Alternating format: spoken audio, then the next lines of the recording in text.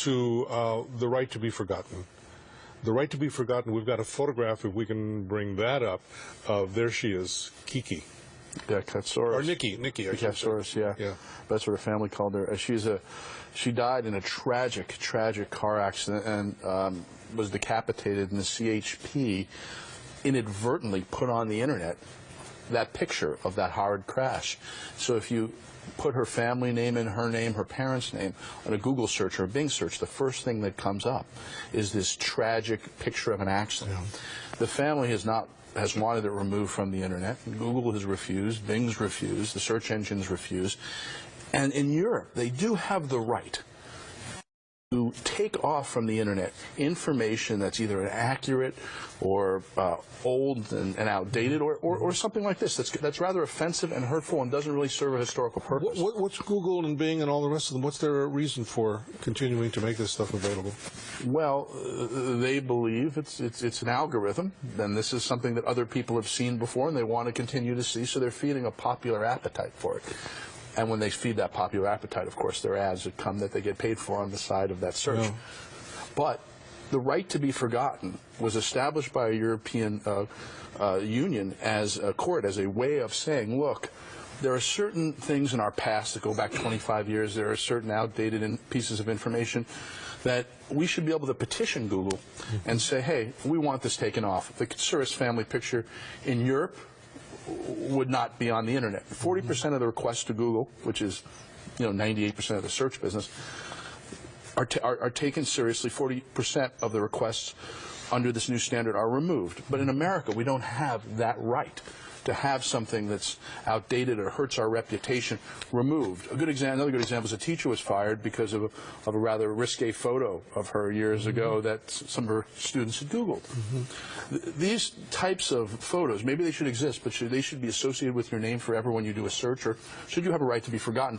So we've petitioned Consumer Watchdog, the Federal Trade Commission, to ask for the same right to be forgotten in America that we have in Europe, and to ask Google to take down these types of search results that are not about public figures. They're not about you or me. They're not about, people that the Western States Petroleum Association or Google would like to find out more about, which I think is reasonable. These are about private families who want to keep certain photos that should have never been their private. And your allegation is that the search engines are doing the search engine companies are doing this for profit. Well, that's why they have a search engine. They're doing it because these search terms come up, and they want to make all this information universal, and then people use their search engine. And when the more they use their search engine, the more ads that appear that they get paid for. I don't know why Google's resisting specifically on a Katsaurus family request, because this is a really blatant example. I think it's because they don't want to establish a precedent. They don't want to say, if I do it for the Katsaurus, I'm going to do it for someone else. But that's why we need the Federal Trade Commission to say, look, Google says it protects your privacy. Google has a whole host of statements about how consumer-friendly it is. It lets certain things be removed if something is violating a copyright or a trademark.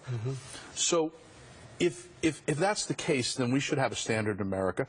Otherwise, Google is being deceptive and misleading when it makes those representations to the public. So we're asking the Federal Trade Commission to step in.